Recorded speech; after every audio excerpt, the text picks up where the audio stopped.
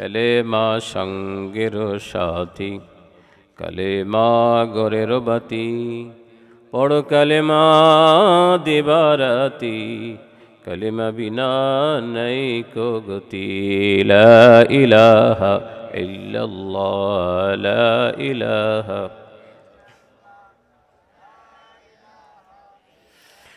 لا إله إلا الله محمد رسول الله صلى الله عليه وسلم। معزز محترم واجب الاحترام जुल मजद वल एहतशाम हाजिरून अल मुकर्रम। पवित्र ईद मिलादुन नबी सल्लल्लाहु अलैहि वसल्लम उपलक्षे इस्लामी महासम्मेलन 9তম বার্ষিক ওয়াজ মাহফিলের সম্মানিত সভাপতি হযরত মাওলানা ইমরাউল কায়েস খান সাহেব মদজিল্লাহুল আলী, আজকের মাহফিলের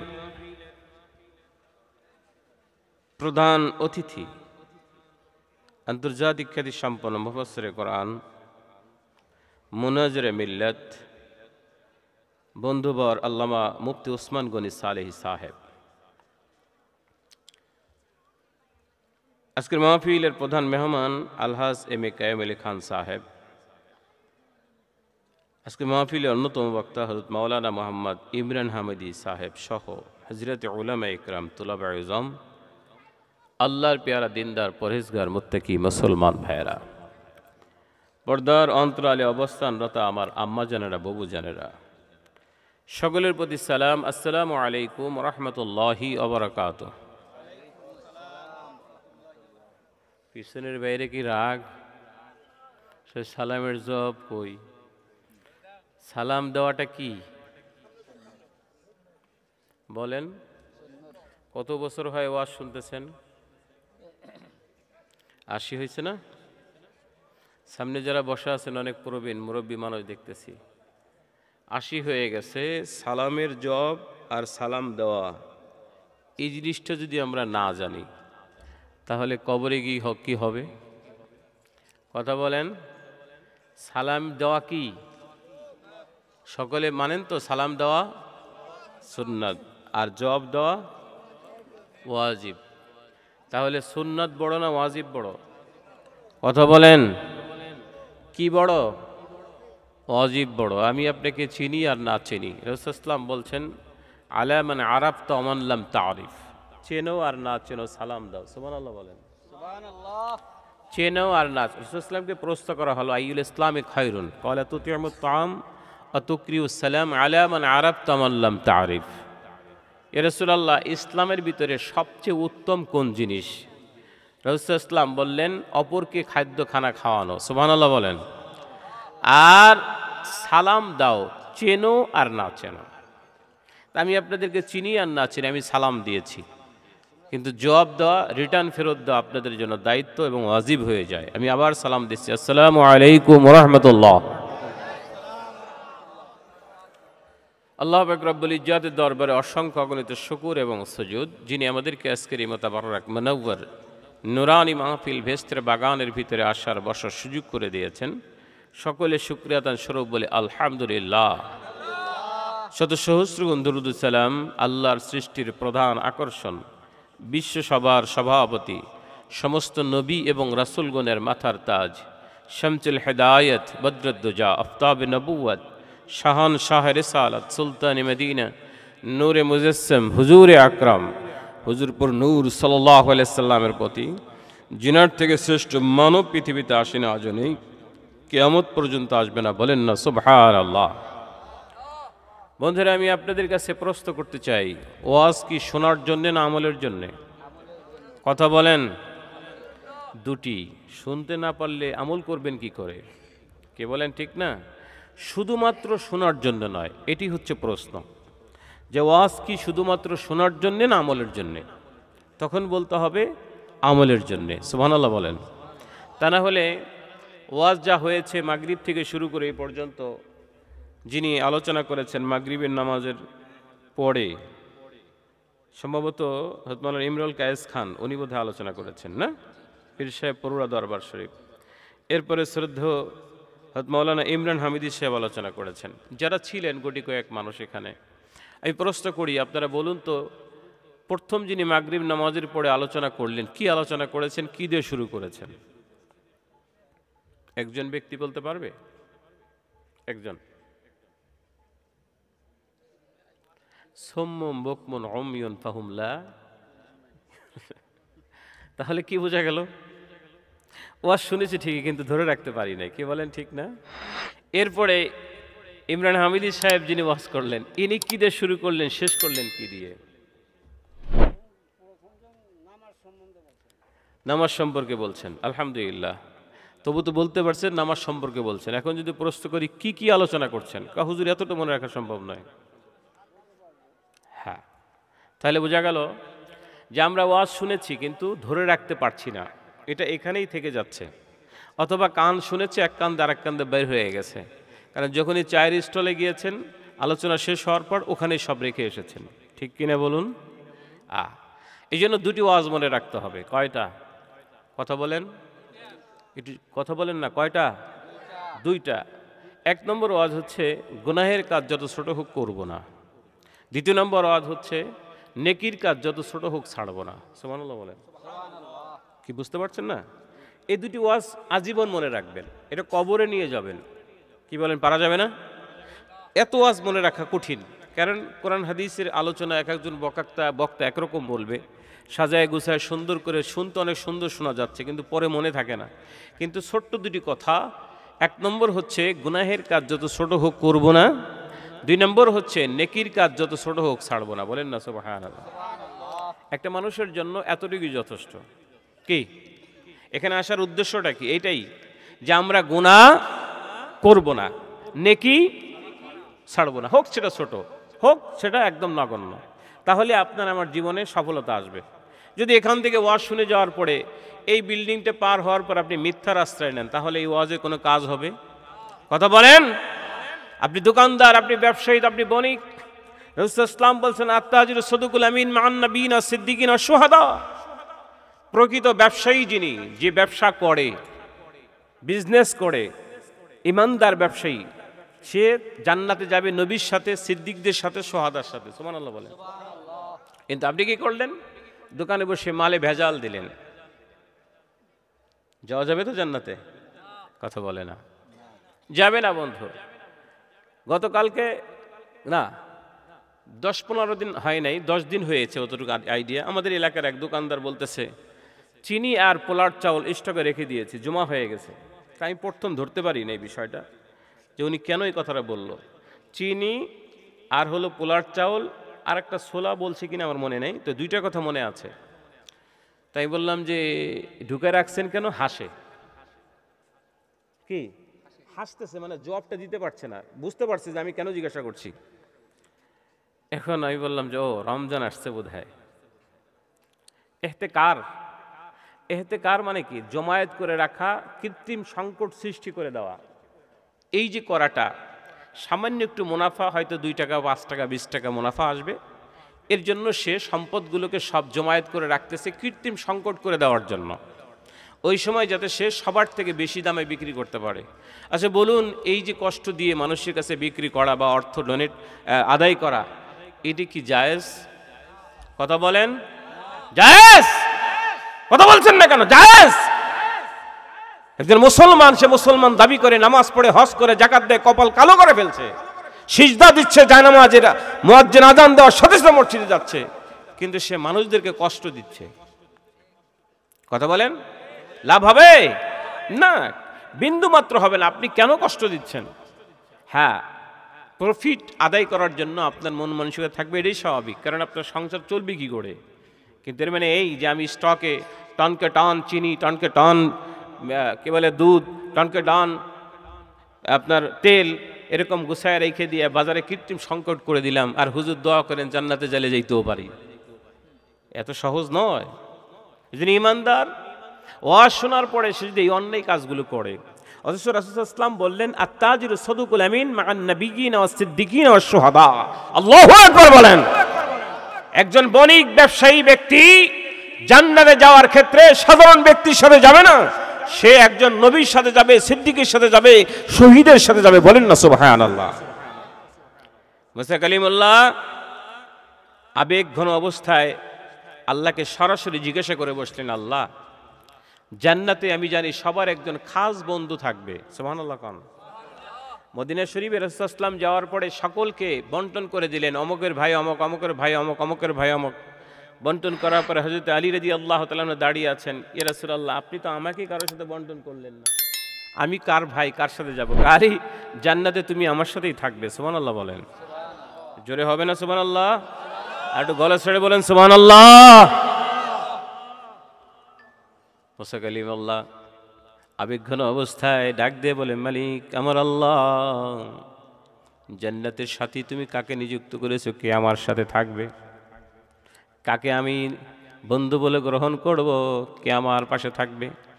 পরওয়ারদিগার দু আলম জানিয়ে দিলেন, মুসার একটা কসাই গোস্তের ব্যবসা তোমার সাথে জান্নাতে থাকবে। সুবহানাল্লাহ বলেন।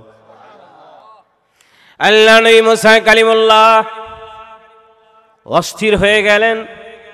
দেশে কি কোনো ভালো মানুষ নেই, কোনো আলেম নেই, কোনো মুদাররিস নেই, কোনো মুহাদ্দিস কি নাই, কোনো ভালো মানের উচ্চ বংশের কি কোনো লোক নাই যে আমার সাথে জান্নাতে যাবে? মুসা কালিমুল্লাহ বলে, মাবুদ এটা কেমন কথা কাহা, যাও অমুক স্থানে অমুক জায়গায় লোকটা গোস্তের ব্যবসা করে, তুমি একটু তালাশ করে দেখে আসো। সুবহানাল্লাহ বলেন। একটা কসাই কি করে জান্নাতে যাবে, তাও নবীর সাথে? সুবহানাল্লাহ। কারণ আমার রাসূল বলছেন, আত-তাজিরু সাদুকুন আমিন, সত্যবাদী ব্যবসায়ী জান্নাতে যাবে নবীর সাথে। সুবহানাল্লাহ। হযরত মুসা কালিমুল্লাহ বের হয়ে পড়লেন। ঠিকানা অনুযায়ী গিয়ে দেখে বাজারে একটা কোনায় বসে একজন ব্যক্তি কসাই গোস্ত কাটে। গোস্ত ছিলে শেষ করার পরে ছোট্ট এক টুকরা গোস্ত, সালিম গোস্তকে কলিজাটাকে আলাদা করেছে, এটাকে একটা টোপলার ভিতরে রেখে দিয়ে ওজনের পাল্লা, মিজানের পাল্লাটা সুন্দর করে দেয়, বাটকারা কোনো অংশে কম বেশি দেয় না, আদালত ঠিক রাখে। সুবহানাল্লাহ বলেন। লোকটি গোস্তর বিক্রি দূর থেকে মুসা কালিমুল্লাহ দেখতেছিলেন। একটা বার কাউকে দেওয়ানোর ক্ষেত্রে কোনো ক্রমে সে কমতি দেয় নাই, ঠকায় নাই। সন্ধ্যা ঘনিয়ে আসছে, লোকটি বাড়ি চলে যাবে। মুসা কালিমুল্লাহর সামনে দাঁড়ায় সালাম দিলেন, বন্ধুরে আমার, আমি এখানে এসেছি একটা লোককে তালাশ করার জন্যে। যদি আপনার মনে হয় রাত্রে আমি কোথায় থাকবো, কোন জায়গায়, যদি আপনি মেহমানদারি করেন তাহলে আপনার বাড়িতে আমি থাকতে পারি। সুবহানাল্লাহ। আল্লাহ নবী মুসা কালিমুল্লাহ ওই লোকটাকে বলার সাথে সাথে লোকটা রাজি হয়ে গেল, বাড়িতে নিয়ে রওনা করলেন। বাড়ি যাওয়ার পরে সুন্দর করে হাত পা ধোয়ার ব্যবস্থা করলেন। ভিতরে গিয়ে সুন্দর সুন্দর করে চিকন চিকন কতগুলো রুটি বানালেন। মেহমানদারি করার জন্য যতটুকু প্রয়োজন সব তিনি রেডি করলেন। গোস্তগুলোকে ভুনা করে তুলতুলা নরম করে রেডি করলেন। আল্লাহু আকবার বলেন। খানা নিয়ে সামনে যখন বসেছে, ওই লোকটার মাথায় একটা ডুলা ছিল, ঢুপড়ি ছিল। এই ডুলাটার উপরে বিশাল একটা প্লেট রাখলেন। ওই প্লেটের উপরে খানা মাখায়া সুন্দর করে টুকরা টুকরা জিনিস, রুটি এবং এই ভুনা গোস্ত নিজের গালে দেওয়ার আগে প্লেটটা উঁচু করে ভিতরে ছেড়ে দিলেন। বলেন না সুবহানাল্লাহ। আল্লাহ নবী মুসা কালিমুল্লাহ আশ্চর্য হয়ে যায়, নিজের মুখে না দিয়ে কেন ডুবরির ভিতরে, ঝুলার ভিতরে ফেলে দিল। ইন্ডিমেন্ট টাইমে ওই লোকটাকে কে যেন বাহির থেকে আহ্বান করে, আব্দুল সবুর বা আব্দুল মালেক আসো নাকি? ভিতর থেকে আওয়াজ বলল, ভাই আছি, একটু আসো, দেখা করো, কথা আছে। মুসা কালিমুল্লাহ তাকিয়ে দেখলেন, এবার চান্স, লোকটা বের হলেই দেখবে ভিতরে কে আছে। সুবহানাল্লাহ। এত জোর কম কেন? জোরে বলেন না সুবহানাল্লাহ। তামলাউ মা বাইনাস সামাই ওয়াল আরদ। একবার যদি কোনো ব্যক্তি ইতমিনান সহকারে সুবহানাল্লাহ পাঠ করে, আল্লাহ পাক রব্বুল ইজ্জাত আসমান জমিনের মাঝখানে সমস্ত জায়গাটা, সমস্ত ফাঁকা সওয়াব দ্বারা ভরে দেয়। লোকটি যখন চলে গেল, মুসা কালিমুল্লাহ ডোলাটা উঠালেন। তাকিয়ে দেখে কবুতরের বাচ্চার মতো দুইজন ব্যক্তি, একটা পুরুষ আর মহিলা। সুবহানাল্লাহ কোন? বিড়বিড় করে তাকায়া কি সুন্দর চেহারা, একটা হাসি দিলেন।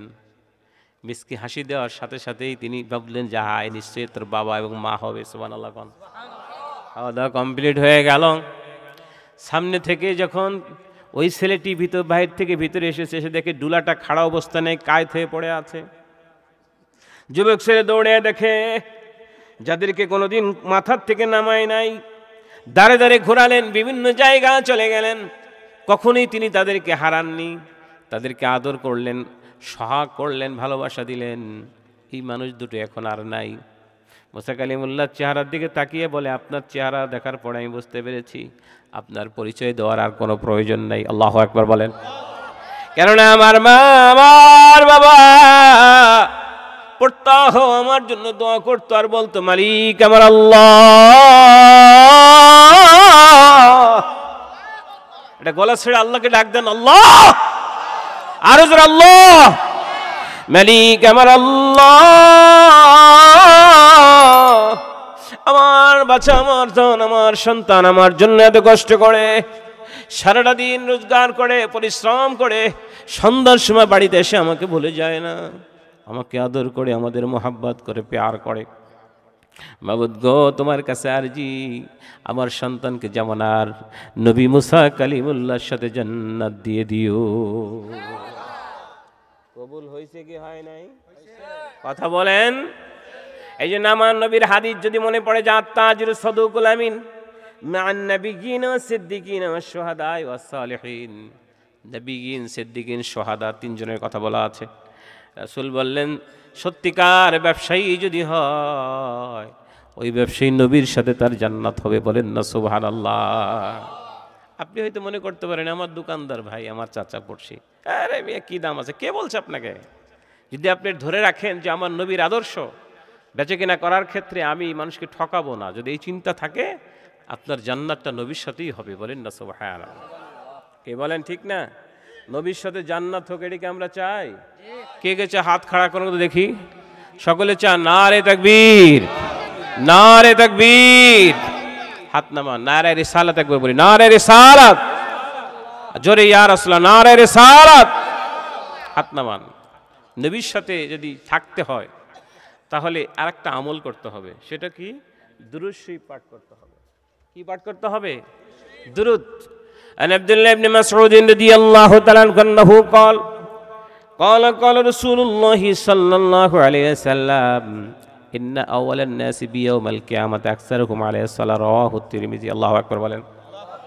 সুনান তিরমিজির হাদিস। হযরত আব্দুল্লাহ ইবনে মাসউদ রাদিয়াল্লাহু তাআলা নিশ্চয় বর্ণনা করেছেন, রাসূল আমার বলেন, যে ব্যক্তি দুনিয়ার বুকে বসে বসে আমার উপরে বেশি বেশি দুরূদ পাঠ করবে, যে ব্যক্তি আমাকে বেশি বেশি মহব্বত করে দুরূদ শরীফ পাঠ করবে, ময়দানে মাশার ওই ব্যক্তি আমার খুব কাছে থাকবে। বলেন না সুবহানাল্লাহ। দুনিয়ায় বসে জান্নাত দেখতে মনে চায় কার কার? কার কার? দুনিয়ায় বসে জান্নাত দেখতে মনে চায় কার কার? সবার চায় না? একটু হাত উঁচু করেন না, দেখুক না আল্লাহ। আল্লাহু আকবার। আমার নবী বলেন, মান সাল্লা আলাইহি ফি ইয়াউমিন আলফা মাররা লাম ইয়ামুত হাত্তা ইয়ারা মাকআদাহু মিনাল জান্নাহ। আল্লাহু আকবার বলেন। যে ব্যক্তি দৈনিক আমার মহব্বতে 1000 বার দুরূদ পাঠ করবে, লাম ইয়ামুত, তার মৃত্যু হবে না, হাত্তা ইয়ারা, না দেখা পর্যন্ত, তার ঠিকানা জান্নাত। এই জন্য বন্ধুরে, রাসূলের ইশক ধরে রাখতে হলে, মহব্বত করতে হলে আপনাকে দুরূদ পাঠ করতে হবে। কি করতে হবে? রাসূলের মহব্বত না থাকলে বেহুদা কোনো লাভই নেই, কিছুই আপনার উপকার আসবে না যদি রাসূল আপনার পাশে না থাকে। সুবহানাল্লাহ। কোন কি বলেন ঠিক না? বর্তমান সময় বড় ভয়ঙ্কর। যারা রাসূলের প্রেমিক আশিক, তাদেরকে দূর থেকে সরায় দেওয়ার চেষ্টা করছে বিভিন্ন ধরনের কথা। ইশক জিনিসটাকে কিভাবে ছোট করা যায়, খাটো করা যায়। কি বলেন ঠিক না?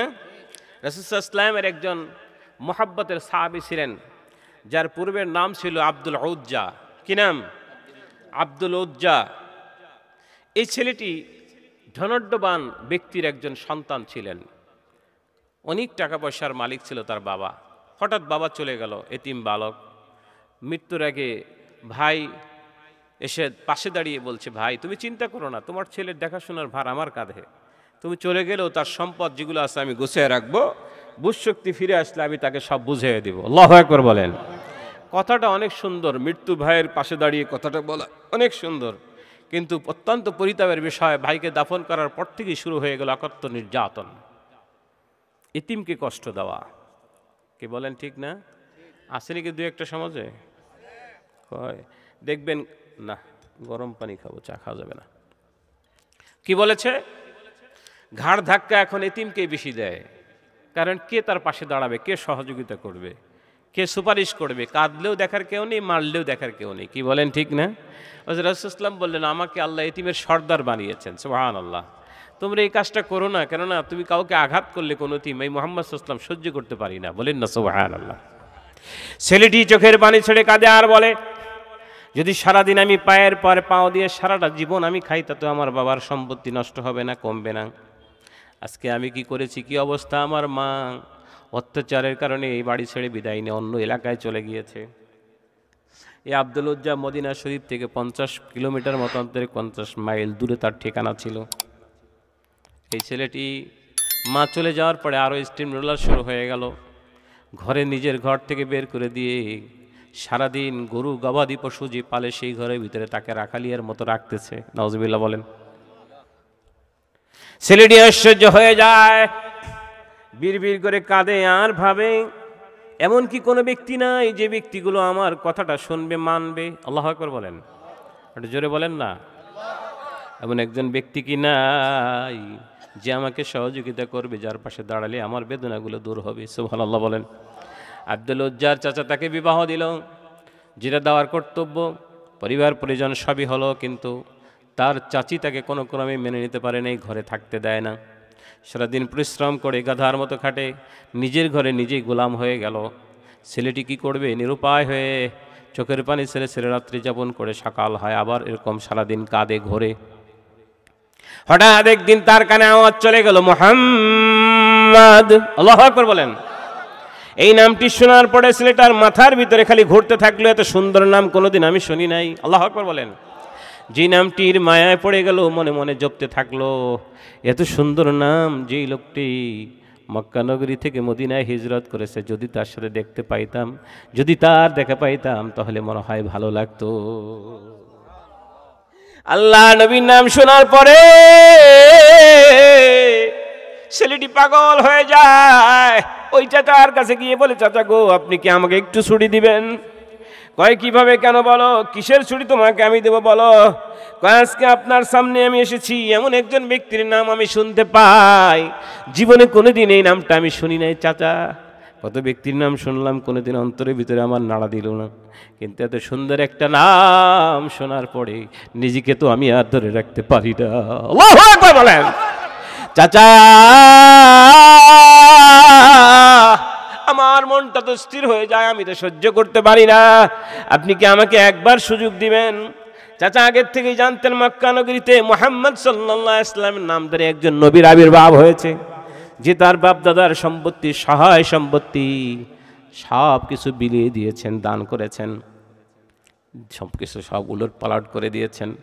আজীবন মানুষ যেভাবে নিজের জীবন পরিচালনা করলো, সেই জীবনটাকে ভাবধারা পরিবর্তন করে দিয়েছে। ওর ভিতরে এমন রাগ, ওই লোকটি যদি এদিকে আসে বা কোনোদিন পায়, তাকে সে হত্যাই করে ফেলবে। নাউজুবিল্লাহ বলেন। ভাতিজা যে সেই চাচার কাছে আবেদন করলেন, নিবেদন করলেন। চাচা বলে, ভাতিজারের না, ওই নামটি তুমি আমার সামনে কোনোদিন নিতে পারবে না। বলেন না নাউজুবিল্লাহ। আব্দুল উজ্জা ডাক দিয়ে বলে, চাচা আপনি আমাকে যাই বলেন না কেন, আমার যেতেই হবে। আল্লাহু আকবার বলবেন না? গলা ছেড়ে বলেন না বন্ধু, আল্লাহু আকবার। আপনি আমাকে যতই বারণ করেন, যতই বাধা দেন, আমাকে যেতেই হবে চাচা, আমাকে আপনি বারণ করতে পারবেন না। ছেলেটি বারবার বলে, চাচা শুনতে চায় না। শর্ত দিলেন, তুমি যাইতে হলে কিছুই তুমি পাবে না, কোনো কিছুর প্রয়োজন নাই। বুঝাতে গিয়ে নিজেকে নিয়ন্ত্রণ করতে না পেরে এত প্রহার করলো, এত আঘাত করলো ছেলেটার উপরে, সমস্ত শরীর দ্বারা রক্ত বের হচ্ছে ফেটে ফেটে, গোস্ত খুলে গিয়েছে, এত প্রহার করেছে, তবুও যাইতে দিবে না। কই, চাচা আপনি আমার জীবন নিতে পারেন, ওই নামটা আমাকে এত ভালো লেগেছে, ওটা আপনি নেভাতে পারবেন না। আব্দুল উজ্জা ডাক দিয়ে বলে, চাচা জানি না আমি কেন এই নামটা আমাকে এত ভালো লাগে, আমার অন্তরটাকে প্রশান্তি দেয়, আমি কেন বুঝতেই পারি না। আমি কোনোদিন দেখি নাই, কোনোদিন তার কথা আমি শুনি নাই, নামটা শোনার পরে আমি কেন এরকম লাগে। চাচা আপনি আমাকে একবার সুযোগ দেন, আমি একবার দেখে আসি। আল্লাহু আকবার বলেন। চাচা ডাক দিয়ে বলে, ভাতিজারে শর্ত একটা আছে, যেতে হলে তুমি তোমার সব সহায় সম্পত্তি রেখে যাবে, আমার দেওয়া পোশাক আমি তোমাকে পরিয়েছি এটাও খুলে রেখে দিতে হবে, আব্দুল উজ্জা বলে, আপনি আমার জান নেওয়ার সব নেন, তবু আমাকে ছেড়ে দেন, আমার যেতে হবে। কিতাব সাক্ষী দেয় আব্দুল উজ্জা আল্লাহ নবীকে পাওয়ার জন্য সারা শরীর থেকে কাপড়গুলো খুলে সম্পূর্ণ উলঙ্গ হয়ে রওনা দিয়েছে। ভাবলেন জীবনের শেষ যাওয়া, আমি যখন চলেই যাব আর আসবো না। যাওয়ার আগে আমার মা অন্য বাড়িতে বিবাহ বসেছিলেন, তাকে শেষবারের মতো একবার দেখে যাই। আল্লাহু আকবার বলেন। মায়ের কাছে দরজার পাশে গিয়ে দাঁড়ালেন, মা বলে ডাক দিলেন। দূর থেকে কণ্ঠটা শুনতে পারলেন, দরজা খুলে দেখে বাচ্চাটা উলঙ্গ অবস্থায় দাঁড়িয়ে আছে। সঙ্গে সঙ্গে দরজা লাগিয়ে বললেন, বাবা কি অবস্থা তোমাকে করেছে? মা গো, যাকে পাওয়ার জন্য অন্তরটা ব্যাকুল হয়ে যায়, সেই রহমতের নবী যার নাম শোনার পরে আমি নিজেকে ধরে রাখতে পারি নাই, মা আমি তাকে একটু দেখতে চাই। আল্লাহু আকবার বলেন। মা গো, আমি তার কাছে যাওয়ার জন্যে আমার মনটা অস্থির হয়ে যায়। আমার চাচা আমার সব রেখে দিয়েছে মো।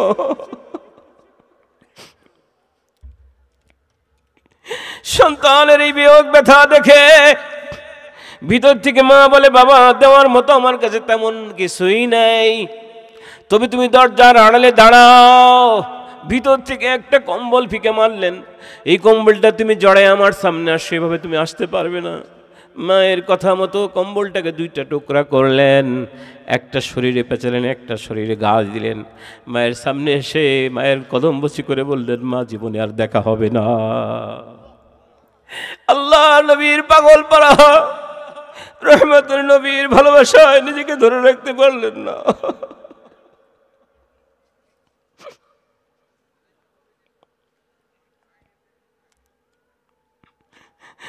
রওনা দিয়েছে রহমতের নবীকে পাওয়ার জন্যে, রওনা দিয়েছে নবীকে দেখার জন্যে। পাগল পারা হয়ে রওনা দিলেন মদিনার দিকে। না আছে খাওয়া, না আছে ঘুম, না আছে ক্লান্ত। 50 কিলোমিটার রাস্তা অতিক্রম করে মদিনাতুল মুনাওয়ারায় মসজিদে নববীর সামনে দাঁড়িয়ে গেছে। বলেন না সুবহানাল্লাহ। সবার আগে দেখা হয়ে যায় হযরত ওমর ফারুক রাদিয়াল্লাহু তাআলা আনহুর সামনে। আল্লাহু আকবার বলেন, জোরে বলেন আল্লাহু আকবার। ওমরকে ডাক দিয়ে বলে, কে তুমি? আমি ওমর। কি তোমার পরিচয়? আমার নাম আব্দুল উজ্জা। কেন তুমি এসেছো? তোমার কাছে বলে তো লাভ নাই, আমি যাকে চাই তিনি কোথায় আছেন? বলো সে কে? কয় মুহাম্মদ। বলেন না সুবহানাল্লাহ। হয়তো ওমর আশ্চর্য হয়ে গেলেন ছেলেটির চেহারার দিকে তাকিয়ে। সারা শরীর দিয়ে রক্তগুলো সব শুকায় শুকায় চটলা ধরে গিয়েছে, কাপড় নাই, কোনো কিছুই নাই, একটা মাত্র কম্বল শরীর সাথে জড়ায় রওনা দিয়েছে। রহমতের নবীকে ছাড়া সে কিছুই বলবে না, মসজিদে নববীর পাশে দাঁড়িয়ে আছে। আল্লাহু আকবার বলেন। আল্লাহ নবীর সাথে দেখা না হওয়া পর্যন্ত ওই ছেলে মসজিদে নববীর এক কোনায় দাঁড়িয়ে আছে। হযরতে বিলাল রাদিয়াল্লাহু তাআলা আনহু খবর পাঠালেন নবীর দরবারে, ইয়া রাসূলুল্লাহ, হে হাবিবাল্লাহ, একজন পথিক অনেক দূর থেকে এসেছে আপনার সাথে দেখা করার জন্য, সে তো কারোর সাথে কথা বলে না। একজন পথিক এসেছে আপনাকে দেখা করার জন্য, সে তার কোনো কথাই কারোর সাথে শেয়ার করে না। আল্লাহু আকবার বলেন।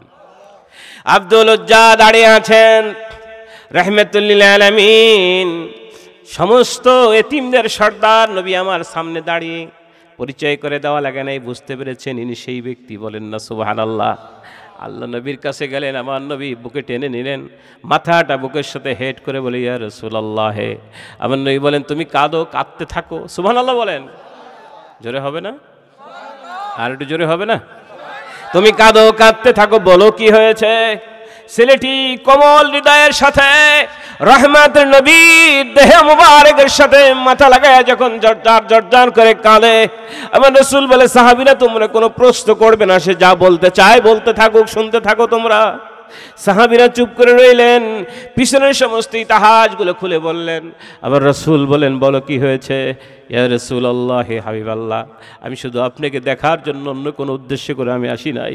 আসতে গিয়ে দেখুন আমার সমস্ত শরীরের পশম পরিধানের পোশাকগুলো খুলে ফেলে দিয়েছে।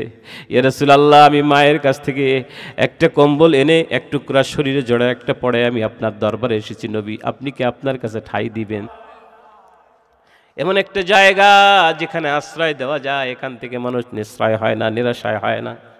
ছেলেটি যখন বললেন তাহলে আমি কি করব, আল্লাহ নবী হযরত ওমরকে বললেন, ওমর রে, আমার এই সন্তানটাকে, এই ছেলেটাকে তুমি গোসলের ব্যবস্থা করো, ভালো পোশাক দিয়ে দাও। সুবহানাল্লাহ, একটু জোরে হবে না সুবহানাল্লাহ? কেমন রাসূল প্রেমিক ছিলেন, করেছেন কখন এরকম? বাড়িঘর ফেলায়া, সহায় সম্পত্তি, নিজের সব কিছু ফেলে রাসূলকে পাওয়ার জন্য রওনা করেছে। সুবহানাল্লাহ, নিজের শরীরের পোশাকটা পর্যন্ত খুলে এসেছেন। হুজুর বললেন তাকে কেউ বাধা দিবে না, কেউ তাকিদ দিবে না, তাকে বারণ করবে না ইসলাম ধর্ম গ্রহণ করার জন্য। সে যেভাবে থাকতেছে সেরকম থাকুক। বলেন না সুবহানাল্লাহ। আল্লাহ নবী বলার পরে সাহাবীরা ধর্ম গ্রহণ করার জন্য বারণ করলেন না। সাহাবীরা যখন তেলাওয়াত করতেন কোরআনের আয়াত এমন সুন্দর করে, আর রহমান, আল্লাহু আকবার বলবেন না? আল্লামাল কুরআন খালাকাল ইনসান আল্লামাহুল বায়ান الرحمن علم القرآن خلق الإنسان علمه البيان الشمس والقمر بحسبان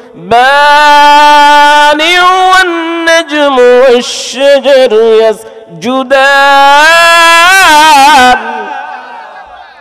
তেলাওয়াত যখন শুরু হয়ে গেল, সাহাবীরা এক পাশ থেকে কোরআনের আয়াত তেলাওয়াত করে ওই আব্দুল উজ্জার কানের ভিতরে ঢোকে আর বেঁধে, সুবহানাল্লাহ কোন, ঢোকে আর বেঁধে কানের ভিতরে বসতে থাকে। কি সুমধুর কণ্ঠ, কি সুন্দর আওয়াজ। এক একজন সাহাবী এক এক রকম তেলাওয়াত করা শুরু করতেছিলেন। আব্দুল উজ্জা অস্থির হয়ে যায়, এরকম সুন্দর বাণী তো কোনোদিন সে শুনতে পায় নাই। আল্লাহু আকবার বলবেন না? আহা, এরকম বাণী তো সে কখনো শোনে নাই। এটা সুন্দর তেলাওয়াত, কি পড়ছে। হযরত বিলালকে ডাক দিয়ে বলে, বন্ধুরে আমার, আপনি কি তেলাওয়াত করতেছিলেন? এটা কোরআন। কোরআন কি? এইটা জিনিস এমন একটা কিতাব, যালিকাল কিতাবু লা রাইবা ফিহি, আল্লাহু আকবার বলেন। এটা এমন একটা গ্রন্থ যার ভিতরে কোনো সন্দেহ নাই। এটা যিনি নাজিল করেছেন তিনি ঠিকানা বলে দিয়েছেন। কোরআনের ঠিকানা কোথায়? বাল হুয়া কুরআনুম মাজিদুন ফি লাওহিম মাহফুজ। কোরআনের ঠিকানা যখন হয়ে গেল, জানতে পারলেন কোরআন নাজিল করে দায়িত্ব কে নিয়েছেন, এরা সংরক্ষণের। আমার আল্লাহ বলে, ইন্না নাহনু নাযালনা যিকরা ওয়া ইন্না লাহু লাহাফিজুন, আমি নাজিল করেছি, এটা সংরক্ষণের দায়িত্ব আমার। আল্লাহু আকবার বলেন, আর জোরে বলেন। লোকটি ধরার জন্য হাত পাতলেন। হযরত বিলাল ডাক দিয়ে বলে, বন্ধু, এটাকে ধরতে হলে তোমাকে আগে পবিত্রতা অর্জন করতে হবে। লা ইয়ামাসসুহু ইল্লাল মুত্তাহহারুন, আল্লাহু আকবার বলেন। পবিত্রতা অর্জন না করা পর্যন্ত এটাকে ধরতে পারবে না। কয় কেমন পবিত্র? কয় তোমাকে গোসল করতে হবে, আর একটা বিষয় এখনো বাকি আছে। এটা বললেন না, কারণ আমার আল্লাহর নবী নিষেধ করেছেন। সুবহানাল্লাহ বলেন। কোরআনের আওয়াজ তার ভিতরে বিধতে থাকে, একটার পর একটা আঘাত করে। এত সুন্দর বাণী কোনোদিন সে আর শুনে নাই। এই সুন্দর বাণীগুলো তাকে এমন ভাবে নাড়া দেয়, ওই লোকটি পাগল হয়ে যায়। দেখ দে বলে, ভাই আমার, আমাকে সেই নবীর সামনে আরেকবার নিয়ে যাও, আমি কিছু বলবো। বলেন না সুবহানাল্লাহ। আল্লাহ নবী আসার পরে ওই ছেলেটি বলে, ইয়া রাসূলুল্লাহ, ইয়া হাবিবাল্লাহ, হুজুর গো, আমি আপনার সমাজে, আপনার মাঝে এসে পৌঁছেছি নবী। আপনার সাহাবীরা যে কোরআন তেলাওয়াত করে, এটা তো অনেক আকর্ষণীয় জিনিস। সুবহানাল্লাহ গণ, আমার মনে চাই এটা ধরার জন্য, কিন্তু সাহাবীরা বলে নবীর সামনে গিয়ে বলবে, অনুমতি দিলে ধরবে, না হলে যাবে না। সুবহানাল্লাহ গণ। আল্লাহ নবী ডাক দিয়ে বলেন, এই সাহাবীরা যাদেরকে তুমি দেখো এর আগে ঈমান এনেছে, আল্লাহু আকবার, ঈমান না আনা পর্যন্ত মুমিন ছাড়া কোরআন কেউ ধরতে পারবে না। আব্দুল উজ্জা ডাক দিয়ে বলে, তাহলে আমাকে কি করতে হবে? আমার রাসূল ডাক দিয়ে বলেন, পড়ো লা ইলাহা ইল্লাল্লাহু মুহাম্মাদুর রাসূলুল্লাহ সাল্লাল্লাহু। আহা, শুরু হয়ে গেল খেল। যা পাওয়ার জন্য সে এত বছর অপেক্ষা করতেছিলেন। তেলাওয়াত এত বেশি করা শুরু করলেন, সাহাবীরা কোরআন শিক্ষা দিলেন। কোরআনের আয়াতটাকে তাকে এত আকর্ষিত করলো, মোহিত হয়ে গেলেন, পাগল পারা হয়ে গেলেন। খাওয়ার খবর নেই, নাওয়ার খবর নেই। মসজিদের ভিতরে বসে বসে যে আয়াতগুলো তিনি মুখস্থ করলেন, জোরে জোরে চিল্লায় চিল্লায় পড়তেন। সুবহানাল্লাহ বলেন। একজন ব্যক্তির তেলাওয়াত পুরো মসজিদে নববীটা এমনভাবে ফেটে উঠত, সাহাবীরা অনেক সময় একটু বিরক্ত তো বোধ করতেন। আমার রাসূলের সামনে গিয়ে বলতে, আমার রাসূল বলে, তোমরা তাকে বাধা দিও না, এই লোকটি ইসলাম পাওয়ার জন্য জীবনের সব ছেড়ে ওই দরবারে এসেছে। আল্লাহ নবী ঈমান গ্রহণ করার পরে তার নাম আর আব্দুল উজ্জা রাখলেন না, রাখলেন আব্দুল্লাহ। কি নাম? কি নাম? আব্দুল্লাহ। কিন্তু কম্বল ছেঁড়ার কারণে আব্দুল্লাহ ছিল না, আব্দুল্লাহ জুলবাজদাইন, দুই টুকরা কম্বলওয়ালা ব্যক্তি। সুবহানাল্লাহ বলেন। নাম হয়ে গেল আব্দুল্লাহ। এখন আর সে আব্দুল উজ্জার গোলাম নয়, কার গোলাম? কথা বলেন, কার? আল্লাহর গোলাম। আব্দুল উজ্জা থেকে বাদ হয়ে আব্দুল্লাহ হয়ে গেল। সাহাবীদের ভিতরে তার গ্রহণযোগ্যতা বেড়ে যায়। সাহাবীরা তাকে যেভাবে পারে সহযোগিতা করে, কোরআন শিক্ষা দেয়, নামাজ শিক্ষা দেয়, ওজিফা কালাম সব শিক্ষা দেয়। দেওয়ার পরে হঠাৎ করে নবী মুতার যুদ্ধে যাওয়ার জন্য রওনা করতেছিলেন। আল্লাহু আকবার বলেন। আল্লাহ নবী যখন যাবে, মদিনার অলিগলিতে দাঁড়িয়ে একটি এলান হয়ে গেল, আন্নাফির আন্নাফির আন্নাফির। কে আছো? যাবে নবী যুদ্ধের ময়দানে যাওয়ার জন্য পাগল, রওনা হয়েছে, কে আছে তাড়াতাড়ি আসো। সাহাবীরা সব দলে দলে কাতারে কাতারে নবীর সাথে যুদ্ধের ময়দানে যাওয়ার জন্য দাঁড়িয়ে গেলেন। আব্দুল্লাহ এসে বলে, ইয়া রাসূলুল্লাহ, আপনি যদি অনুমতি দেন তাহলে আমি আপনার সাথে যেতে পারি। সুবহানাল্লাহ। আমার নবী ডাক দিয়ে বলে, তুমি সবেমাত্র আসলে ইসলামের ভিতরে, তোমার এখনো অনেক কিছু শেখা বাকি, তুমি একটু অপেক্ষা করো, এই যুদ্ধ নয় পারলে অন্য কোনো যুদ্ধে তুমি যাবে। সুবহানাল্লাহ। আপনি আমি হলে কি করতো? ঠিকই বলছেন, তাহলে একটু অপেক্ষা করি, কিছুদিন থাকি, রেস্ট নেই, কেবলই তো আসলাম, কি দরকার মারামারি করার জন্য, ওখানে যে যুদ্ধের ময়দানে কাটাকাটি করে লাভ কি? কি বলেন, ঠিক না? কিন্তু তিনি কি করলেন? আমার রাসূল বলতেই বলছি, ইয়া রাসূলুল্লাহ, বিনয়ের সাথে বলি, আপনি জিহাদের ময়দানে যাচ্ছেন নবী, ফিরে নাও তো আসতে পারেন। আহা, ফিরে নাও আসতে পারেন নবী, আপনাকে আমি আর দেখতে নাও পারি, যদি আপনি অনুমতি দেন আমি আপনার সাথে যাই ইয়া রাসূলুল্লাহ। আল্লাহু আকবার বলেন। আমার রাসূল মঞ্জুর করে ফেললেন। রহমাতের নবী সাহাবীকে বললেন, তাকে তোমরা বেশি আড়াবে না, কিছু দায়িত্ব দিবে না, সে শুধু যুদ্ধের ময়দানে আমার সাথে যাবে। কিছু দূর যাওয়ার পরে যখন রাত হয়ে গেল, থেমাগুলো দাঁড়া হয়ে গেল, তাঁবুগুলো সব কমপ্লিট, যার যার তাঁবুর ভিতরে সাহাবীরা অবস্থান করলেন। হঠাৎ করে আব্দুল্লাহর শরীরটার প্রচণ্ড জ্বর বেড়ে যায়। আল্লাহু আকবার বলেন। আব্দুল্লাহর শরীরটা জ্বর বেড়ে যায়, এত জ্বর সাহাবীরা থামাতে পারছিলেন না। রহমতের নবীর দরবারে গিয়ে সালাম আনতে বলে, ইয়া রাসূলুল্লাহ, হাবিব আল্লাহ, হুজুর গো, আপনার নতুন যে সাহাবী আব্দুল্লাহ, হয়তোবা আব্দুল্লাহ দুনিয়ার থেকে বিদায় নিবে এরকম মনে হয়, হুজুর যদি শেষবারের মতো আপনি দেখেন। অথবা সাহাবী বলছিলেন, আমাকে একবার নবীকে দেখাও। সুবহানাল্লাহ। আল্লাহ নবী শিয়রে এসে হাজির হলেন। রহমতের নবী জমিনে বসে পড়লেন। ওই আব্দুল উজ্জাকে নিজের উরুর উপরে মাথা রাখলেন আর চেহারার দিকে তাকালেন। আব্দুল উজ্জার দুই চোখ বেয়ে বেয়ে পানি পড়া শুরু হয়ে গেল। আল্লাহ নবী চেহারা বাবার দিকে তাকিয়ে বলে, ইয়া রাসূলুল্লাহ, ইয়া হাবিবাল্লাহ, দীর্ঘ হায়াত নিয়ে এসেছিলাম বোধহয় আপনার দরবারে, আমি থাকবো, আপনার খেদমত করব, যুদ্ধের ময়দানে আপনার পাশে দাঁড়িয়ে দাঁড়িয়ে আমি জিহাদ করব। আল্লাহু আকবার। আর জোরে। আল্লাহ নবীকে মনে হয় আমার বিদায়ের সময় হয়ে আসছে, নবী আমি এখন কি করব? আমার রাসূলের চেহারার দিকে তাকিয়ে আল্লাহ নবী নিজের চোখের পানি ধরে রাখতে পারছিলেন না। যে ছেলেটি দিন গ্রহণ করার জন্যে সহায় সম্পত্তি এমনকি শরীরের পোশাকটাও পর্যন্ত আনতে পারে নাই, সেই ছেলেটি চলে যাচ্ছে। আল্লাহু আকবার বলেন। এত নিকটে কোনো সাহাবী দ্বিতীয় একজন পাওয়া পুরস্কার হবে। অন্য সাহাবীরা আশ্চর্য হয়ে গেলেন। রহমতের নবীর উরুর উপরে, এটা ভাগ্যের বিষয়, তা না হলে কেউ মাথা রাখতে পারে না, ঠিক কিনা বলুন? এত কাছ থেকে আল্লাহ নবীর চেহারা মোবারক দেখতেছিলেন। দেখতে দেখতে হাসতে হাসতে কলেমা পড়ে ঈমান গ্রহণ করার কারণে সেই ঈমান নিয়েই লোকটা বিদায় নিয়েছে। বলেন না সুবহানাল্লাহ। আল্লাহ নবী ডাক দেয়া বলে, সাহাবী, তোমার ভাইয়ের দাফন করার জন্য তোমরা প্রস্তুতি নিয়ে নাও। আল্লাহ নবী ঘুরে ঘুরে দেখতেছিলেন কোথায় তাকে দাফন করবে। রাতের আধারে জৈতুনের তেল দ্বারা বাতি নিয়ে কবর খোঁড়া হয়ে গেল। কবরের পাশে দাঁড়িয়ে আমার রহমতের নবী বলেন, তাকে দাফন করার আগে আসো আমরা একটু দোয়া করি। বলেন না সুবহানাল্লাহ। এই যেখান থেকে একটা মাসালা পাওয়া যায় যে জানাজার পরেও দোয়া করা যাবে, আর মাটি দেওয়ার পরেও কি দোয়া করা যাবে। ইজা সাল্লাইতুম আলাল মাইয়্যিত ফাখলিসু লাহু দুআ। আল্লাহু আকবার বলেন। যখন জানাজা হয়ে যায়, জানাজা হয়ে যাওয়ার পরে তোমার মৃত্যু ব্যক্তির জন্য খাস করে দোয়া করতে বলা হয়েছে। বলেন না সুবহানাল্লাহ। এই জন্য এটাকে ফতোয়া স্বামীর ভিতরে এসছে যে জানাজার পরেই যে দোয়াটা করা হয় মাইয়্যিতকে সামনে করে গোল হয়ে, এটা মুস্তাহাব। এটা কি মুস্তাহাব। আর দাফন করার পরে যে দোয়াটা করা হয় এটা সুন্নাহ। বলেন না সুবহানাল্লাহ। আপনি কি 10 হাত খোঁজার পরে একটা মুস্তাহাব আমল পাবেন? কথা বলেন না। 10টা হাত খোঁজার পরে মুস্তাহাব একটা আমল, হ্যাঁ। এই জন্যই বলছি একটু আগে, একেবারে ছোট্ট হলেও নেকির কাজ ছাড়া, কথা বলেন, যাবে। কোনটা কাজে লাগবে, কিভাবে হবে কে জানে। কেননা রমজান সামনে আসতেছে। কি আসতেছে?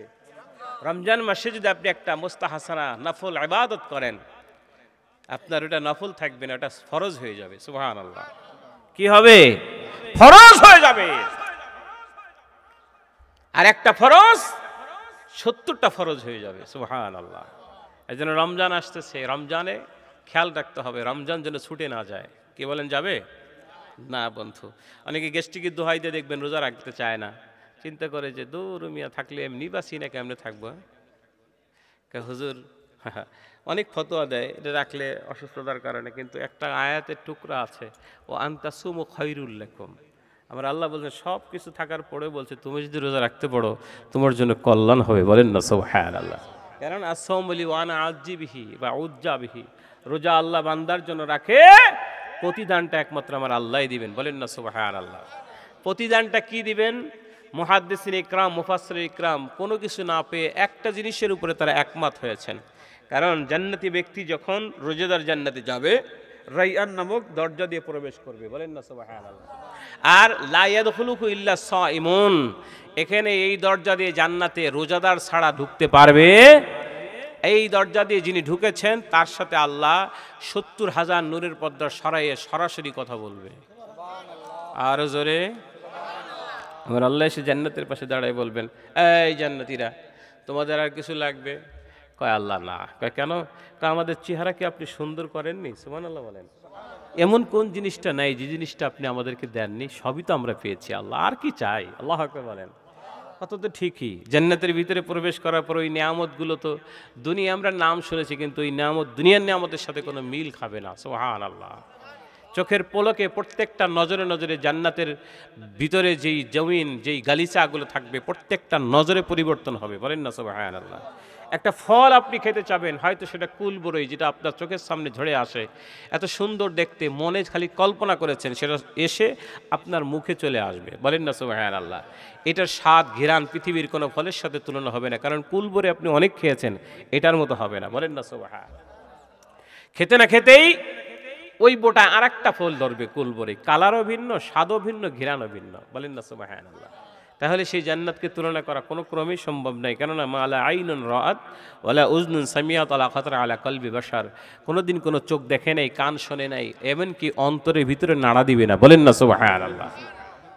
সেই জান্নাতের ভিতরে সব নিয়ামত পেয়ে হাবুডাবু খাবে।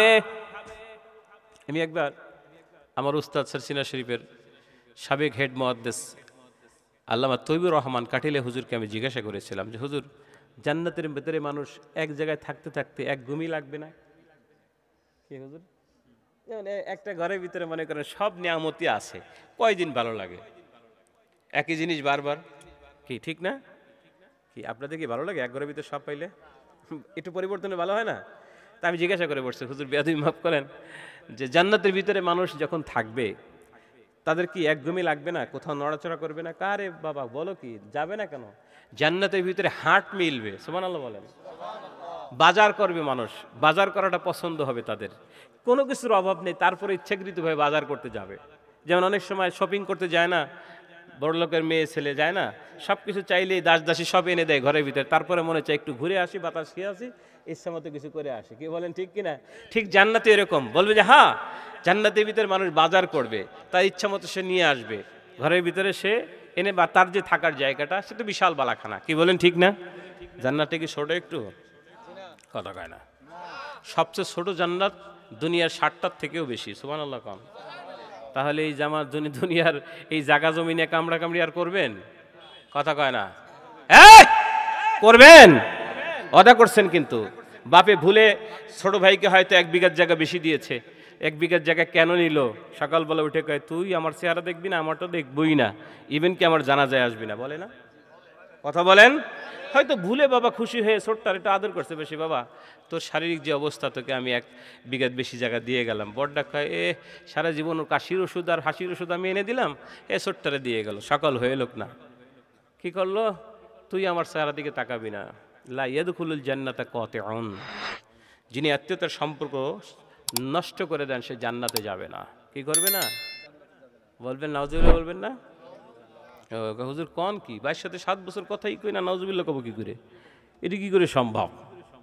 হ্যাঁ, আন আয়েশা রাদিয়াল্লাহু তাআলা আনহা আন্নাহা ক্বালাত ক্বালা রাসূলুল্লাহি সাল্লাল্লাহু আলাইহি ওয়াসাল্লাম আর-রাহমু মুআল্লাকাতুম বিল আরশ তাকুলু মা ওয়াসালানি ওয়াসালাহুল্লাহ ওয়া মান কাতাআনি কাতাআহুল্লাহ। আল্লাহু আকবার বলেন। বুখারী হাদিস, বুখারী শরীফের হাদিস, আম্মাজান আয়েশা সিদ্দিকা রাদিয়াল্লাহু তাআলা আনহা হাদিসটি বর্ণনা করেছেন। তিনি বলছেন আর-রাহমু মুআল্লাকাতুম বিল আরশ, আত্মীয়তার সম্পর্ক আরশের সাথে। কার সাথে? কথা বলেন। তাকুলু, এই তাকুলুর ফাইল হচ্ছে আরশ। আরশ এখন বলছে মা ওয়াসালানি ওয়াসালাহুল্লাহ, কোন ব্যক্তি যদি আমার সাথে সম্পর্ক ধরে রাখে সেজন্য আল্লাহর সাথে সম্পর্ক ধরে রাখলো। আর জোরে বলেন। ওয়ামান কাতাআনি কাতাআহুল্লাহ, কোন ব্যক্তি যদি আমার সাথে সম্পর্ক ছিন্ন করলো সেজন্য আল্লাহর সাথে সম্পর্ক ছিন্ন করলো। বলেন না নাউজুবিল্লাহ। এই জন্য আত্মীয়তার সম্পর্ক ছিন্ন করা যাবে? লাইসাল ওয়াসিল বিল মাকাফি ওয়ালাকিন্নাল ওয়াসিল আল্লাযী যা কুতিয়াত রাহমাহু ওয়াসালাহা। আল্লাহু আকবার বলেন। আমরা আত্মীয়তার সম্পর্ক ধরে রাখি কিভাবে জানেন? বিনিময়। কষ্ট হচ্ছে আপনাদের? বলবো না? বিনিময়টা কি করি জানেন? ভাই যদি কোরবানির সময় 1 রান পাঠায় আপনার বাড়িতে, আপনি চিন্তা করেন যে আমি পিছনের রানটা না দিলে কেমন হয়। কি এরকম বিনিময় করি না আমরা? টেলিফোন করলেও খোঁজ নিচ্ছে, না আমি একটু না নিলে পড়া কেমন হয়, এটা ভালো দেখায় না, একটু খোঁজ নাও তো কী অবস্থা আছে, কদিন আগে আমার খবর নিল। এটি আমাদের এখন বেশি হয়। কি বলেন ঠিক না? কোনো খাবার যদি নিয়ে আসে ভাইয়ের জন্য চিন্তা করে যাও, ও নিয়ে আসছে, আমি না নিলে ভালো দেখা যাচ্ছে না। এটা বিনিময়, এটার নাম আত্মীয়তা। লাইসাল ওয়াসিল বিল মাকাফি ওয়ালাকিন্নাল ওয়াসিল আল্লাযী যা কুতিয়াত রাহমাহু ওয়াসালাহা। রাসূল সাল্লাল্লাহু বলছেন এটার নাম আত্মীয়তা নয়, সম্পর্ক নয়। যিনি বিনিময় করেন, খোঁজ নিলে নেন, না নিলে না নেন, এটার নাম আত্মীয়তা না। আত্মীয়তা হলো একজন লোক মোটেই খোঁজ নেয় না, জিজ্ঞাসাও করে না, তাকায়ও না, তার খোঁজ নেওয়া, তার কাছে যাওয়া। সুবহানাল্লাহ। আসেনি কিরকম সমাজে 2-1 খুঁজে পাওয়া মুশকিল। কিসের আছে বিয়াসা খোঁজ? যদি খালি একবার দরজা আটকায়, ও আটকাই দিয়েছে যেন অধিকার যাওয়া যাবে না, সে আর একটা প্রাচীর দিবে। ঢাকাতে আমি যখন মোহাম্মদপুরে ছিলাম, মোহাম্মদপুরে পাশেই বোধহয় একটা এলাকায় গেছি কোনো দোয়ার অনুষ্ঠানে, গিয়ে দেখি মাঝখান দিয়ে ওয়াল দিয়েছে এমনভাবে 1.5 ফিট সর্বোচ্চ, মানে সরাসরি বডি নিয়ে যাওয়া মুশকিল, এরকম কায়েত হয়ে আসতে হয়, কিন্তু মাঝখানে ওয়াল, পাশের দাও এরকম এরকম। পরে আমি দেখি, বলছি ভাইজান এটাকে এরকম কেন? কয় হুজুর 2 ভাই। কয় ভাই? 2 ভাই। একজন আর একজনের চেহারা দেখবে না, রাস্তা আছে বিল্ডিংয়ের পরে 3 ফিট, এখন কি করবে? চেহারা দেখবেই না, মাঝখানে ওয়াল করে দিচ্ছে, এখন 2 জনই ঠেলাঠেলি ঘষাঘষি করে যায়। কি কষ্ট পাচ্ছেন? হ্যাঁ, হুজুর দোয়া করে জান্নাতে চাইলে যাইতেও পারি। ইমাম বাড়ি মুয়াক্কিলি জান্নাতে চলে গেলেন, আপন ভাইয়ের দিকে তাকাচ্ছেন না, ভাইয়ের খোঁজ নিচ্ছেন না। কি জান্নাত পাওয়া যাবে তো? কি যাবে? আজকে বাড়ি যাবেন, গলায় গলা ধরবেন, কেননা কোনো সম্পত্তি, সহায় সম্পত্তি সাথে নিয়ে যাওয়ার ক্ষমতা কারো কি বলেন আছে? সারা জীবন আপনি ব্যাংকে টাকা জমালেন, এত আদর করলেন, একটা গলায়ও দিলেন না, খাইলেনও না, জিব্বাও দিলেন না, হাসি হলো শেষ, খুলতেও পারলেন না, সারা জীবনের সঞ্চয় ডাকতে নিয়ে যেতে পারলেন না। এরকম হইতে পারে না? কথা বলেন। তাহলে নিজের সহায় সম্পত্তি, সঞ্চিত সম্পদে আপনি নিতে পারছেন না, আর অন্যটা তো পরের কথা। তাহলে কি জন্য ভাই ভাইয়ের ভিতরে দ্বন্দ্ব করবেন, সমাজের ভিতরে বিশৃঙ্খলা করবেন? বন্ধু, ছেড়ে আসুন এর থেকে, তা না হলে কোনো রাস্তা নেই। নামাজ পড়েন, রোজা করেন, হজ করেন, জাকাত দেন, যা করেন কোনো কাজ হবে না। সহজই সব। যদি আপনার বিশ্বাস না হয় আরো মুফতিদের কাছ থেকে আপনি জিজ্ঞাসা করে দেখুন। যদি আপনি আত্মীয়তার সম্পর্ক ছিন্ন করে থাকেন, সমাজের ভিতরে সবচেয়ে বড় একটা সমস্যা এখন এটা রোগ হয়ে দাঁড়িয়েছে, সেটা কি? বোনের হক দিতে চায় না। কি কথা কয় না? আছে না? বোনের হক বোনরে কয়, বন্ডিত আসবি যাবি খাবি, সমস্যাটা কি? সব তো দরজা সম্পূর্ণ খোলা। অসহায় বাড়ি গেছে দাঁড়িয়েছে বোনটা, তখন বলছে যে ও বাপের যা আছে বেঁচে নিয়ে যাবি, তো যা, যাবি তো যাবি, জীবনের তোরেই যা। আছে না? এমনও শোনা যায় যে বোনের হক না দেওয়ার কারণে বোন আপিল করেছে একটার পর একটা, নির্লজ্জ বেহায়া, তার দিকে তাকাই নেই। এরকম ব্যক্তি আছে। আপনি কি খাইলেন? আগুন খেয়ে যাচ্ছেন, যান না, ওয়েটেন্সি, অপেক্ষা করুন, কবরে সব দাঁড়ায় আছে দেওয়ার জন্য সহায় সম্পত্তি পিঠের উপরে। কি বলেন, ঠিক কিনা? এই জন্য বন্ধু, আর যা করেন বোনের হকটা নষ্ট করবেন না। কারণ কারো হক যদি আপনি মেরে থাকেন, এখনই মাপ চান, এখনই বাড়িতে গিয়ে মাপ চান। কারণ মালাকুল মউত জানটা বের করার আগে মাপ চান, না হলে কোনো বাঁচার কায়দা নাই। কোনো পীর, কোনো মাশায়েখ, কোনো মুরব্বী, কোনো মুহাদ্দিস, মুফতি আপনাকে বাঁচাতে পারবে না। এজন্য যার হক যে মেরেছেন, আল্লাহর রাস্তায় হাতে পায়ে ধরি বন্ধু, আমি আপনাদের পড়শি হিসেবে এটা আমার দায়িত্ব বলার, এখনই মাপ চান, সময় আছে। জাকান্দানি শুরু হয়ে গেলে আর হবে না। ওয়ানফিকু মিম্মা রাযাকনাকুম মিন ক্বাবলি আইয়াতি আহাদুকুমুল মাউত ফায়াকুল রাব্বি লাউলা আখখারতানি ইলা আজালিন করিব ফাআসাদদাকা ওয়া আকুম মিনাস সালিহিন ওয়া লা ইউআখিরুল্লাহু নাফসান ইযা জাআ আজালুহা আল্লাহু খাবীরুম বিমা তা'মালুন। আল্লাহু আকবার বলেন।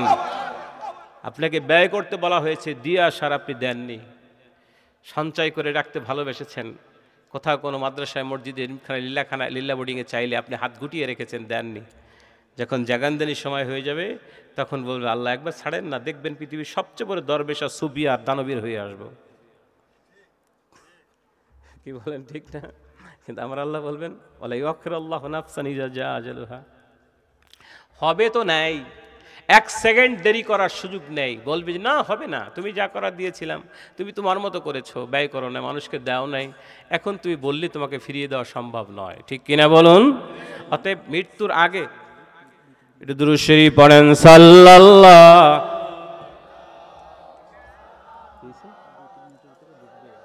আচ্ছা ঠিক আছে, অসুবিধা নেই। আমি তো আলোচনা তো ভাবলাম গুছাইতে পারি না, সময় কম, তো এই জন্য তাফসীরের দিকে যাওয়ার সুযোগ হলো না। করবো তো।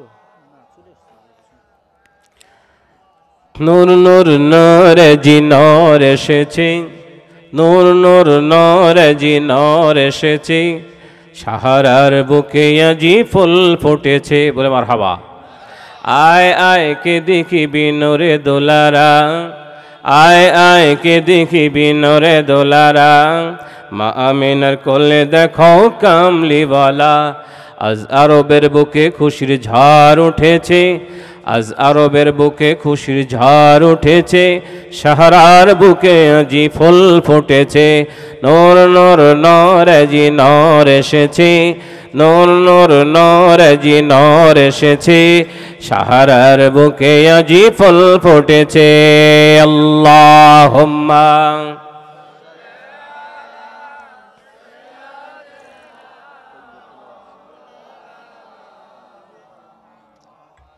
وعلى آل سيدنا। নূর নূর নূর জি নূর এসেছে, নূর নূর নূর জি নূর এসেছে, সাহারার বুকে আজি ফুল হেসেছে। বলে মারহাবা। আর জোরে বলুন। আয় আয় কে দেখিবি নূরেরই পুতুল, আয় আয় কে দেখিবি নূরেরই পুতুল, মা আমিনার কোলে দেখো গোলাপেরই ফুল। আজ আরবের বুকে খুশির ঝড় উঠেছে, আজ আরবের বুকে খুশির ঝড় উঠেছে, সাহারার বুকে আজি ফুল ফুটেছে। নূর নূর নূর জি নূর এসেছে, নূর নূর নূর জি নূর এসেছে, সাহারার বুকে আজি ফুল ফুটেছে। আল্লাহুম্মা সাল্লি আলা